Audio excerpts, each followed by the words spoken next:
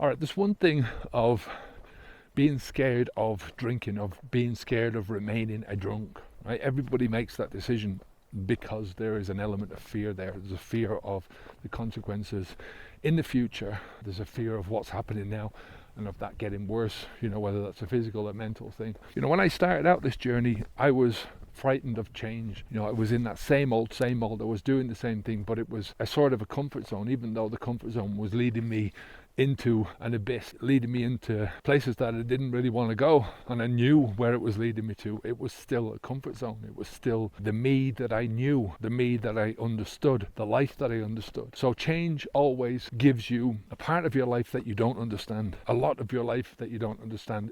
In the case of stopping something which has, to all intents and purposes, taken over your life, the questions always come up about yourself and about the journey.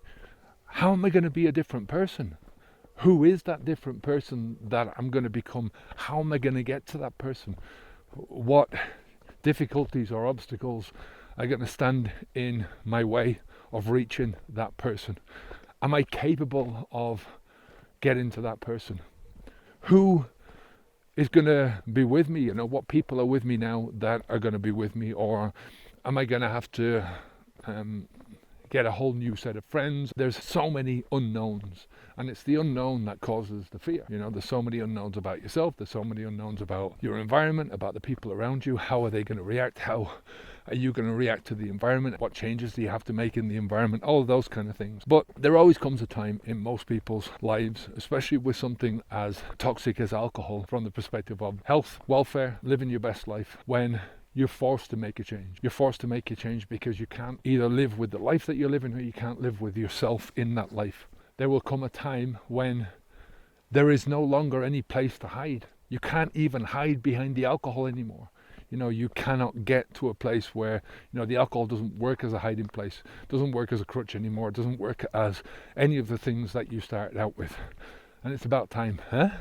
Now, what you'll find in most instances of fear, even fear of staying sober, is that the fear is in your head. And a lot of the fear comes from doubt about yourself. It comes from uncertainty. It comes from a lack of self-confidence. But it's coming from those stories that you're telling yourself, that you're repeating to yourself over and over.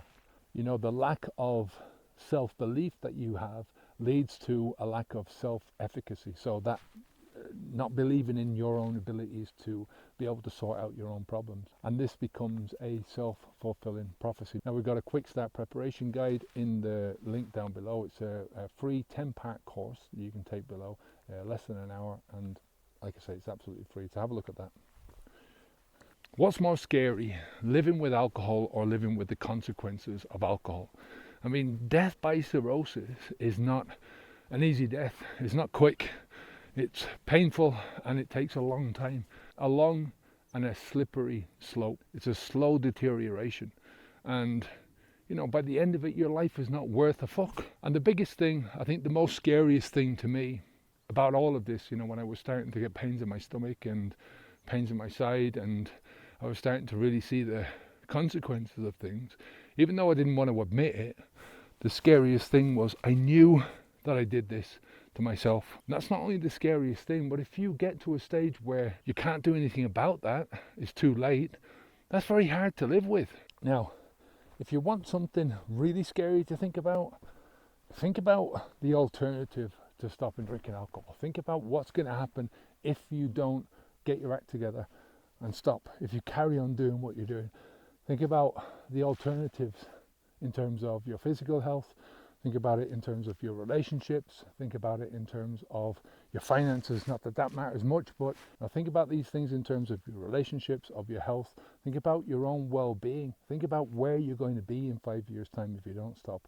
I mean, for me, that was one of the scariest things, was to look at myself in the future and to think, yeah, that's where I don't want to be. As I said earlier, to understand and to know that everything that I caused for myself was I caused it, nothing else.